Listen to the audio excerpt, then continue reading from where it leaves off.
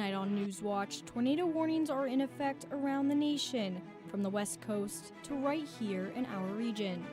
Plus, New Orleans comes to Athens as people celebrate 25 years of Passion Works.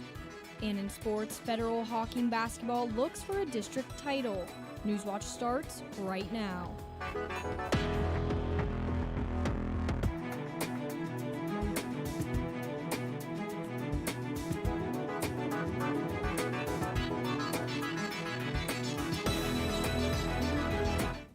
Good evening, I'm Madison Moore. And I'm Emma Dollamere. Welcome to Newswatch, your source for news impacting southeastern Ohio. There's currently a tornado watch in effect until 7 p.m. in southeastern Ohio. Alongside that tornado risk, we're going to see gusty winds and some off and on rain throughout the evening. Right now, you're looking outside College Green here in Athens. Conditions are quickly changing as the bulk of the storm has passed to the east. Forecaster Erin Ashley has more.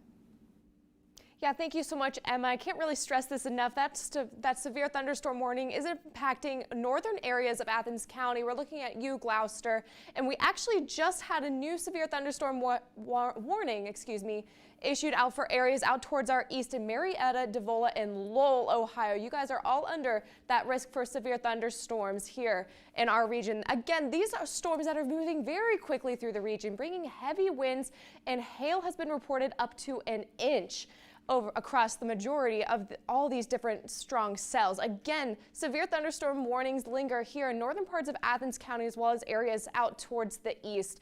So go ahead and look out and see where it's headed. You can see that it's moving at about a speed about 60 miles per hour out towards the east. So it will not last here in southeastern Ohio for much longer. But again, make sure you have your safe spot in mind, because again, these are storms you do not want to take lightly as the night goes on. Back to you guys at the desk. Thanks, Erin. A Republican representing Delaware County in the Ohio House has passed away at the age of 46. Chris Jordan was in his third term as the state's 60th district representative prior to serving 2 terms in the Ohio Senate, calling it a most unexpected loss. Governor Mike DeWine is ordering flags to half staff at the State House and all public buildings in the county. Speaker of the House Jason Stevens says the lawmaker from Outstrander is a loving father to his 3 children and a, quote, man of faith, a leader, and a person considered a very dear friend. A West Virginia State Police trooper has been arrested involving a domestic complaint. State authorities say Joseph Comer turned himself into the Jackson County Sheriff's Office and was charged with domestic battery and felony strangulation. A statement from state police say Comer was arraigned in magistrate court and released on a $30,000 bond. Health concerns and fear lingers among residents in East Palestine following the toxic train derailment more than 3 weeks ago. Now, federal teams are conducting health surveys in the area ordered by President Joe Biden, who is also responding to criticism about him not visiting the crash site. Isabel Rosales has the latest. The cleanup and removal of contaminated soil continues from the site of the train derailment in East Palestine, Ohio from February 3rd. The U.S. Environmental Agency is assuring residents that all the toxic waste will be disposed of in a, quote, safe and lawful manner at EPA-certified facilities. One thing that's been made clear to me is that everyone wants this contamination gone from the community. They don't want the worry, and they don't want the smell. A White House official says members of the Federal Emergency Management Agency, EPA, and the CDC began distributing informational flyers and conducting health surveys over the weekend. According to the official, their goal is to reach 400 homes by Monday. What we need to come to grips with is the idea that more safety metrics, more rules and regulations, and perhaps some laws, and need to be passed quickly. Last week, the National Transportation Safety Board released its preliminary report on the investigation. It concluded that the wreck was 100% preventable. Meanwhile, President Joe Biden currently has no plans to visit Ohio. On Friday, he defended his administration's response to the crisis. I had a long meeting with my team and what they're doing. You know, we were there 2 hours after the train went down, 2 hours. And so the idea that we're not engaged is just simply not there. The EPA is scheduled to hold its next public meeting for residents on March 2nd. I'm Isabel Rosales reporting. The EPA says a shipment of contaminated liquid and solid waste is headed to 2 EPA facilities in Ohio today. Norfolk Southern is helping with the cleanup. EPA's regional administrator Deborah Shore says federal, state, and local governments will closely monitor the operation to make sure the waste is safely removed. Right now, more than 100,000 gallons of liquid waste and 5 truckloads of soil need removal. Meanwhile, Transportation Secretary Pete Buttigieg is calling on major railroads to join a voluntary hazard reporting system.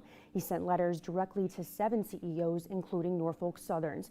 Buttigieg wants them to join the confidential close-all reporting system, which allows workers to report safety hazards. No major freight rail companies currently participate. Buttigieg is giving the CEOs until the end of the week to reply.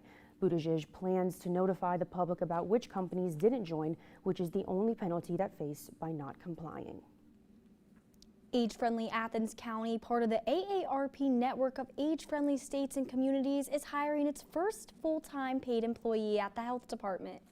Age-Friendly Athens volunteers aim to help communities prepare for rapid population aging for all ages, but volunteerism is no longer enough. The organization is putting the final touches on pulling together funding for a full-time employee at the health department. The organization is receiving upfront startup dollars, a $25,000 grant from Athens County, $10,000 from the Sisters of St. Joseph, and the county commissioners unanimously voted to give a 3-year commitment subject to yearly review of $50,000. I don't want to look at it as a 3-year position. I want to look at it as a permanent position, but we have funding for 3 years. So you know, the hope and dream is that we're able to, in the next 3 years, really establish the value of the position, which will make it easy for all of us to continue to contribute, you know, when it comes time to go back and ask again for continued funding. Jack Pepper and other age-friendly Athens County members will meet at the beginning of March to polish the job description and finalize budget numbers before posting the opening around the city and on several websites such as the Association of Health Commissioners. Passionworks Studios is celebrating 25 years of creating art for the surrounding area. Newswatch reporter Andre Norrells joins us in studio and tells us how the nonprofit studio celebrated and what it means to them. That's right, Emma. Passionworks pulled out all the stops to celebrate 25 years. I went to their Mardi Gras themed celebration and spoke with attendees and the owner of Passionworks. Passionworks supporters enjoy food and music while celebrating the studio's quarter-century milestone. You know, we knew about the Passionworks 25th anniversary, and there is no way we weren't getting tickets. It felt like New Orleans came to Athens for the Mardi Gras party as attendees danced to live music while showing their love for the art studio. The artwork that comes out of that enterprise is nothing short of fabulous. Look at our cute little logo. We've had the same logo for 25 years. Look at that. The creator of Passionworks was moved seeing the community show up to the celebration. To see each other and then to celebrate the artists and what the studio has done, and to do it dancing was amazing. You want me to read it? Yeah. Patty Mitchell started the art studio in 1998 with the goal of creating a workshop where people with or without developmental differences can make art together. I expected it to be big. I did. I saw it early on. The studio is now a nonprofit and a cornerstone in Athens, creating art for plenty of local events and organizations. Oh, these drawings are 25 years old. While creating and selling artwork with the original idea of Passionworks in mind, Mitchell uses some of the profit to help other communities make their own Passionworks. We want other communities to see this as normal. Like, I love kids who grew up here in Athens and they think that every community has a Passionworks-like space. And I'm like, someday. While the celebration has come to an end, Mitchell plans to keep creating a safe place for everyone while still making art.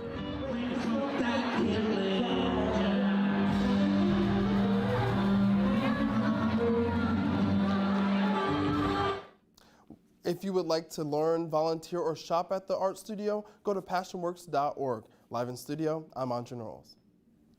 President Joe Biden's student relief program will have a turn before the United States Supreme Court. Plus, the Kremlin excuses the West of trying to destroy Russia. These stories and more when Newswatch returns. This month with Passport. Kirsten had a lot of courage. She fought for Black culture.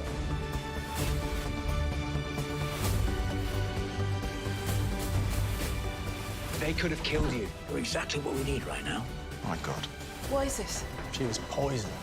These and all your favorite shows are available with Passport. Support your PBS station and stream more with Passport on the PBS app. The Welk musical family tells Lawrence Welk's story, from the beginning to a national sensation in the 1950s through the mid-80s, and on public television for over 25 years. Lawrence Welk's TV Treasures.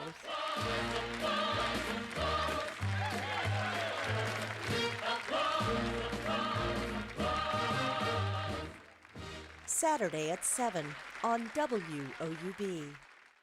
Can you all live the ultimate retirement? You can. Acclaimed personal finance expert Susie Orman provides essential advice to make your retirement more successful and secure. Every little action that you take can make a tremendous difference. It's never too soon to begin. Fear no more. Susie Orman's Ultimate Retirement Guide. Saturday at 2 on WOUB.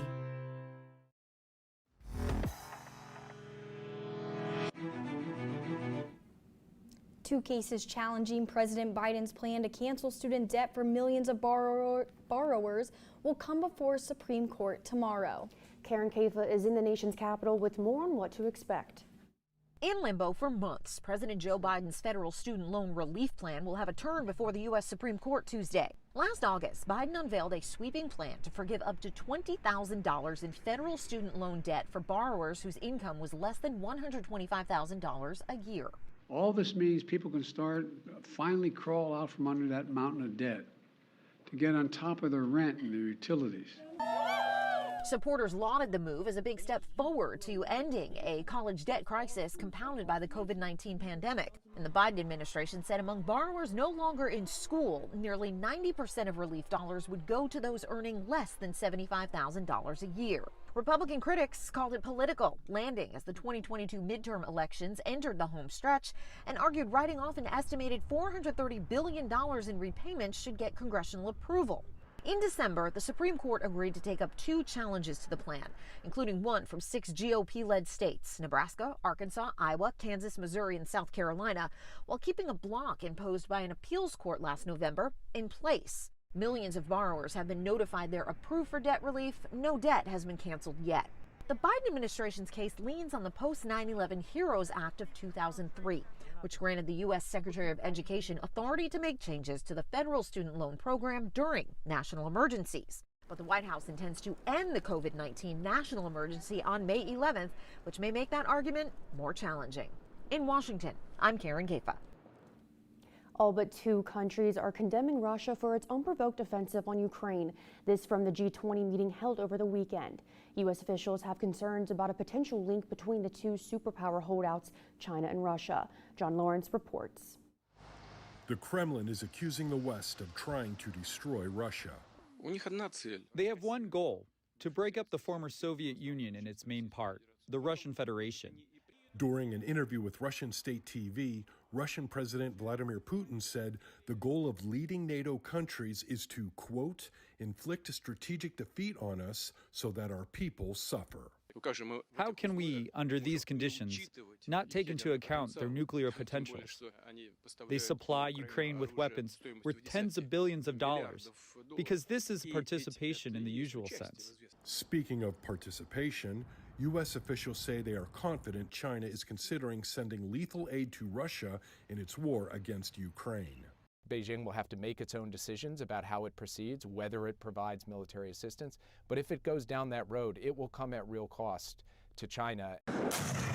As the Russian invasion of Ukraine enters its second year, President Joe Biden's administration's stance on the issue is clear. We're not going to stand by and allow one country to roll over another country and try to wipe it off the mat. And we're going to build and have built a coalition of more than 50 nations to resist that and help the Ukrainians defend their own territory. I'm John Lawrence reporting. The possible cooperation between China and Russia isn't the only concern among U.S. officials. CIA Director William Burns says the alliance between Russia and Iran is moving at, quote, a disturbing pace. At-home tests for the flu and COVID are being approved on the federal level. That story's still ahead. And while the bulk of the severe weather has moved out towards our east, we are still seeing some remnant clouds as well as showers here and there. I'll talk about when we will see some clearing in my full forecast, but for now, check us out on social media on YouTube, Instagram, and Twitter. Lucy Ware Webb was born here. As a young lady, as the wife of the governor, as the wife of the President of the United States, she's always the same person. Just a terrific lady. As residents of Chillicothe, we're very, very proud of her. To have a person of that character to represent this community, small as it is, in the White House.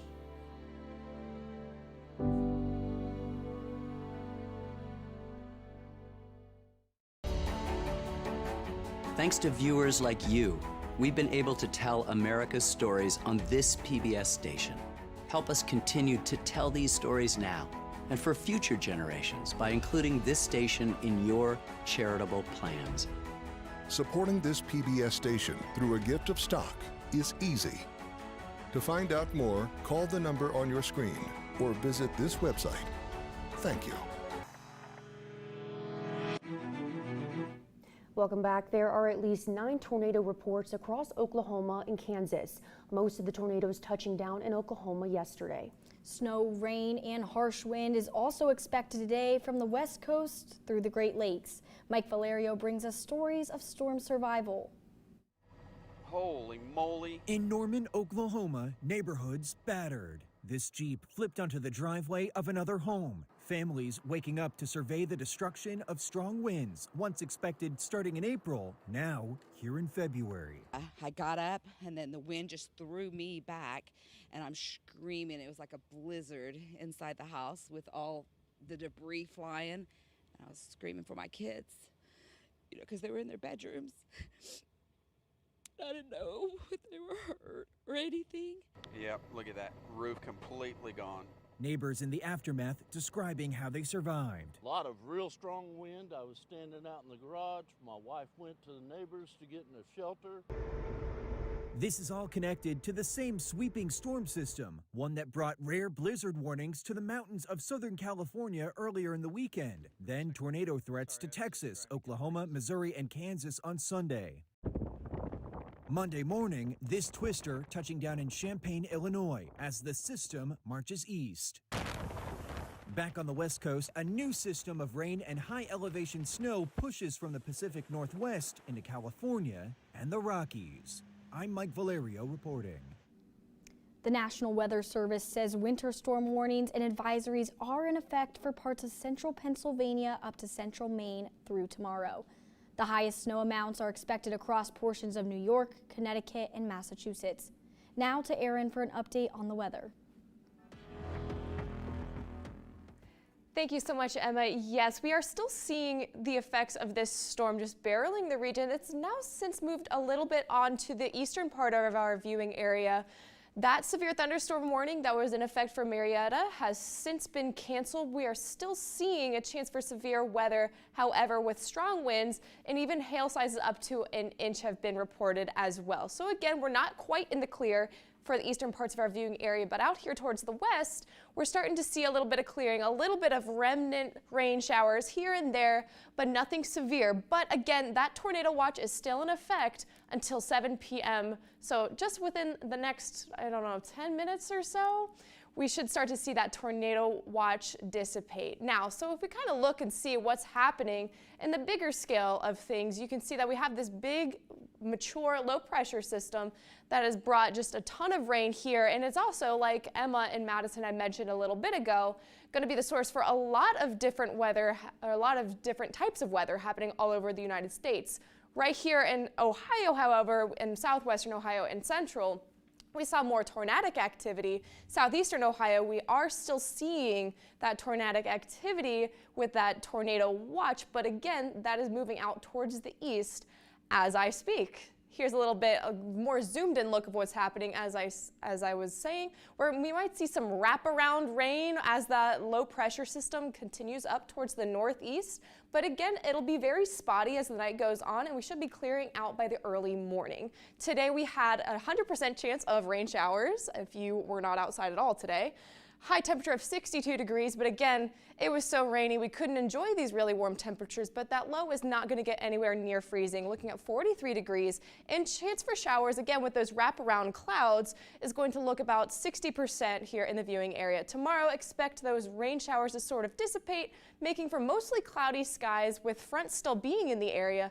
That high is going to drop a little bit, not too dramatically, 55 right here in Athens, and that low is sitting a little bit above freezing. So we're going to have a little bit clearing, a little bit more consistent weather because of some dominating high pressure. As we head into the night tomorrow, we're going to see this front sort of take over the area, and that's where we're going to see a lot of our clouds. It's because of the stationary front separating two air masses. But overall, we're going to see some nice warm air enter the area as soon as Wednesday. Wow, 72 degrees on Wednesday in, I think that's March 1st actually. So again, it's going to be unseasonably warm for a Wednesday, especially early March. Partly sunny skies. Expect some clouds to make their return as soon as Thursday, and our next weather maker is going to arrive on Friday with a weekend cold front. Back to you guys at the desk. Thanks, Erin. The Food and Drug Administration is approving an at-home test that can check for both COVID-19 and influenza. It's made by California biotech company Lucira Health. The test is 99% accurate at detection a negative result for influenza and 90% accurate for a positive result. It's considered 100% accurate for detecting a negative COVID-19 result and 88% accurate for a positive result. The test accuracy for detecting influenza B is not known.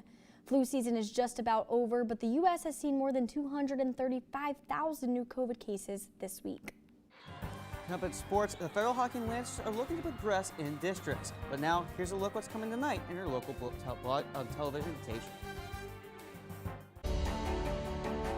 Thanks to viewers like you, we've been able to tell America's stories on this PBS station. Help us continue to tell these stories now and for future generations by including this station in your charitable plans. Supporting this PBS station through a gift in your will is easy. To find out more, call the number on your screen or visit this website. Thank you. Can you all live the ultimate retirement? You can. Acclaimed personal finance expert Susie Orman provides essential advice to make your retirement more successful and secure. Every little action that you take can make a tremendous difference. It's never too soon to begin. Fear no more. Susie Orman's Ultimate Retirement Guide. Saturday at 2 on WOUB. The Welk musical family tells Lawrence Welk's story, from the beginning to a national sensation in the 1950s through the mid-80s, and on public television for over 25 years. Lawrence Welk's TV Treasures.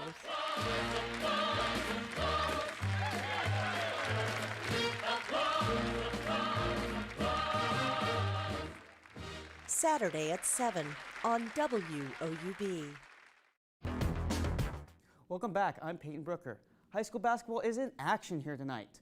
Federal Hockey is up ahead 34-31 as they look to complete their quest towards a district title. Federal Hockey was on top of its game Friday in a 65-44 win against Manchester. It was a close one as Federal Hockey had to overcome a 2-point deficit at the half, but the Lancers had to pull away in the second half. Offense fueled by Tarek Cottrell, who finished at 18 points, 7 assists, and 5 steals. Head coach Jonathan Thompson says his team has to work on their defense to be sharp on both sides of the ball. We got to focus on our defensive end. We got a very high caliber opponent coming up. We can't have lapses. We got to make sure we're sharp on both sides of the ball. But we'll watch a lot of film, break it down, and see what happens.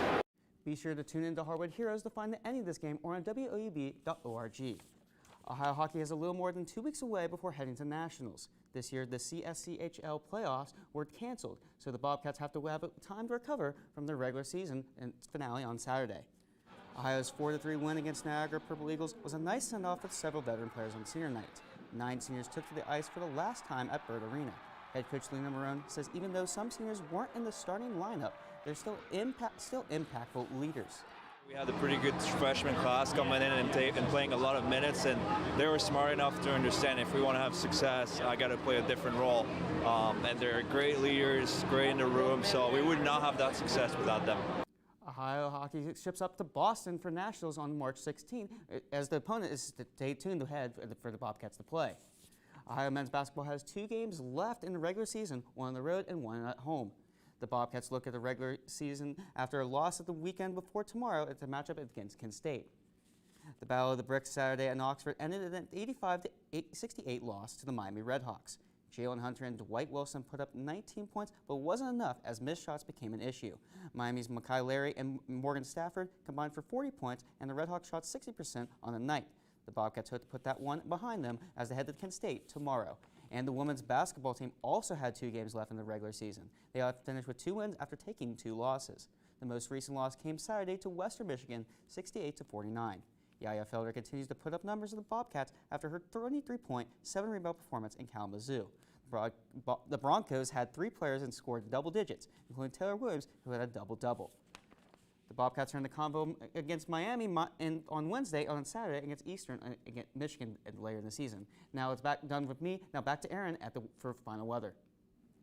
Thank you so much, Peyton. And might I remind you guys that we are not in the clear of that tornado watch just yet. We got a little less than 2 minutes, actually. So as that system moves out towards the east, expect showers to stick around through the night, 60% chance of showers, and that low is going to be in the low 40s. So we look at tomorrow, expect that rain to sort of exist out towards the east, mostly cloudy skies, and the temperature is going to rise about 55 degrees. Here's a look at your week ahead.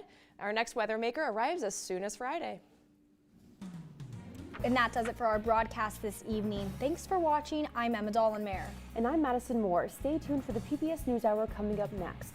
And remember, you can find the latest news anytime at WOUB.org. Have a great night.